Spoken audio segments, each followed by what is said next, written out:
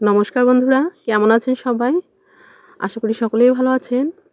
তো আমরা তো মেলায় গিয়ে যে এই পাঁপড়টা কম বেশি সবাই খাই, অনেকেই পছন্দ করি।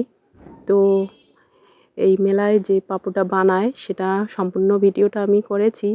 আমাদের পাশের বাড়িতে এক দিদি এগুলো বানায়। ওরা কিন্তু মেলায় গিয়ে পাঁপড় বিক্রি করে।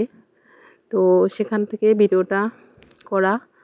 তো ওনারা এই যে এখানে যে একটা ব্যাটার করছিল ওখানে নাকি অনেক কিছু দিয়েছে।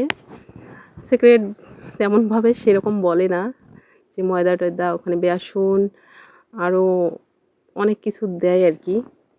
তো কিভাবে বানাচ্ছে সেটাই আমি প্রসেসটা দেখাচ্ছি। ওগুলো থালার মধ্যে দিয়ে হাঁড়িতে জল সেদ্ধ করা সেখানেই ভাপায়। ভাপানোর পরে এটা আবার শুকানো লাগে রোদে কিছুক্ষণ, বেশিক্ষণ লাগে না সময়। তারপরও 2-1 ঘন্টা হলেই হয়ে যায়, তেমন বেশিক্ষণ সময় লাগে না।